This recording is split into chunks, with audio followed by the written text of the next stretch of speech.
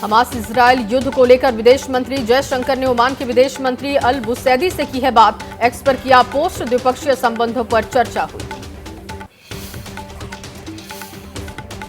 Israel Hamas युद्ध के बीच केरल में प्रार्थना का आयोजन। लैटिन कैथोलिक चर्च ने तिरुवनंतपुरम में इजरायल गाजा के लोगों के लिए प्रार्थना की।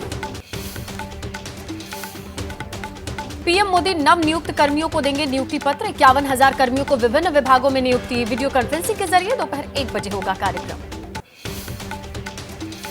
बीजेपी नेता सतीश पुनिया ने जांच एजेंसियों पर सीएम गहलोत के बयान पर किया पलटवार। कहा, किसी मुख्यमंत्री की बातों को शोभा नहीं देती ऐसी बात। कल अशोक गहलोत ईडी आईटी की तुलना कुत्ते से उन्होंने की थी। भुवनेश्वर में केंद्रीय मंत्री धर्मेंद्र प्रधान अमृत कलश यात्रा के तहत पदयात्रा में शामिल हुए। पार्टी मुख्यालय से शुरू हुई यात्रा में सैकड़ों की तादाद में लोगों ने हिस्सा लिया। अमित शाह का आज से 3 दिन का मध्य प्रदेश का दौरा। बीजेपी की रणनीतियों को देंगे धार। जबलपुर और भोपाल में करेंगे बैठक। छिंदवाड़ा में करेंगे जनसभा को संबोधित। बीजेपी के लिए वोट की करेंगे अपील। छत्तीसगढ़ के चुनावी दौरे पर राहुल गांधी 2 जनसभाओं को संबोधित करेंगे। कांकेर और कोंडागांव जिले में राहुल गांधी की रैलियां। प्रचार में राहुल संग शामिल होंगे कई दिग्गज नेता। छत्तीसगढ़ विधानसभा चुनाव के लिए आम आदमी पार्टी ने जारी की उम्मीदवारों की 5वीं लिस्ट। आपने 12 उम्मीदवारों के नाम का ऐलान किया। पार्टी ने घोषित किए कुल 57 उम्मीदवार।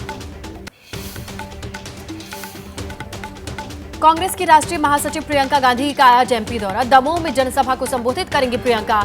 महाराणा प्रताप मैदान में रैली होगी। प्रचार में शामिल होंगे दिग्गज। एमपी के लिए बीजेपी के 40 स्टार प्रचारकों की लिस्ट जारी। उमा भारती का नाम सूची से गायब। लिस्ट में पीएम मोदी, गृह मंत्री अमित शाह और यूपी के सीएम योगी आदित्यनाथ का नाम शामिल। तेलंगाना कांग्रेस की विजय भेरी यात्रा का दूसरा चरण। तंदूर विधानसभा से शुरुआत। आज कर्नाटक के deputy CM DK Shivakumar चुनाव प्रचार यात्रा में शामिल होंगे। मिजोरम चुनाव के लिए बीजेपी का घोषणा पत्र। महिलाओं के लिए 33% आरक्षण का वादा। बीजेपी ने 70 पन्नों के विजन डॉक्यूमेंट में मतदाताओं को रिझाने के लिए कई दावे किए। झारखंड के रांची में बीजेपी की संकल्प यात्रा के समापन कार्यक्रम को संबोधित करेंगे बीजेपी अध्यक्ष जेपी नड्डा। पिछले 1 महीने से प्रदेश में चल रही थी संकल्प यात्रा। राशन घोटाला मामले में गिरफ्तार पश्चिम बंगाल के मंत्री ज्योतिप्रिया मलिक के बैंक खातों को ईडी ने किया है फ्रीज। सूत्रों के हवाले से खबर, मंत्री से जुड़ी संपत्तियों को भी कुर्क करने की तैयारी। राम मंदिर का पीएम द्वारा उद्घाटन पर बोले मौलाना मदनी। कहा, पीएम को धार्मिक अनुष्ठान में नहीं लेना चाहिए हिस्सा। राम मंदिर का उद्घाटन धार्मिक लोगों के द्वारा ही होना चाहिए। अयोध्या में महंत राजू दास ने मौलाना मदनी के बयान को दुर्भाग्यपूर्ण बताया। कहा, प्रधानमंत्री के लिए ऐसी बयानबाजी निंदनीय। मदनी के खिलाफ होनी चाहिए कार्रवाई। मुंबई में अभिनेता अनुपम खेर का राम मंदिर पर बयान। सालों की लड़ाई के बाद मंदिर निर्माण पर गर्व है। खुशी है कि पीएम मोदी राम मंदिर का उद्घाटन करेंगे। अंतर्राष्ट्रीय कुल्लू दशहरा उत्सव में देर रात लगी भीषण आग। 13 से ज्यादा देवी देवताओं के टेंट जले। 2 व्यक्ति झुलसे। महाराष्ट्र के नांदेड़ में अज्ञात लोगों ने यात्री बस में आग लगाई। बस में सवार सभी 73 यात्री सुरक्षित। बस जलकर हुई खाक। ललितपुर में जिलेदार सहयोगी के साथ रिश्वत लेते गिरफ्तार। पट्टा नवीनीकरण के लिए किसान से मांगे थे 20,000 रुपए। छत्तीसगढ़ के जगदलपुर में होटल में स्टे कर रहे विदेशी शख्स का शव मिलने से हड़कंप। इटली निवासी वृद्ध की मौत की जांच में जुटी पुलिस। तेलंगाना में पुलिस की बड़ी कार्रवाई। हैदराबाद पुलिस ने जब्त किए करीब 1.25 करोड़ कैश। जांच के दौरान कार से बरामद हुई कैश।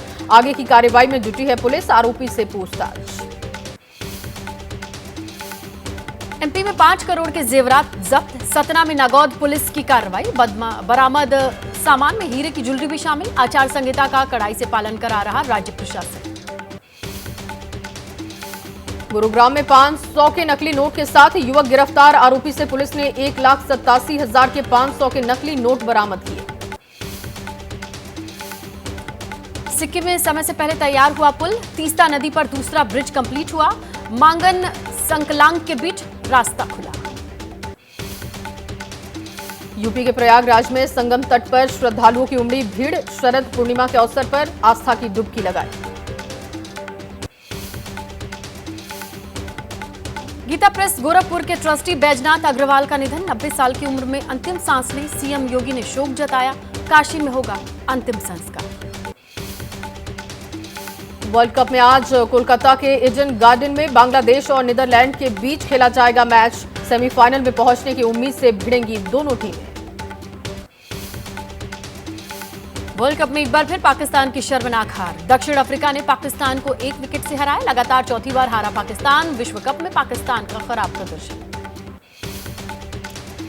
कल लखनऊ के इकाना स्टेडियम में होगा भारत और इंग्लैंड के बीच मुकाबला। अभी तक के सभी मैच में भारत ने दर्ज की है जीत। फिर से जीत के लिए इंग्लैंड के खिलाफ मैदान में उतरेगी टीम। मध्य प्रदेश के छतरपुर में पूर्व क्रिकेटर तेज गेंदबाज श्री संत परिवार के साथ बागेश्वर धाम पहुंचे। पंडित धीरेन्द्र कृष्ण शास्त्री से मुलाकात की, आशीर्वाद दिया।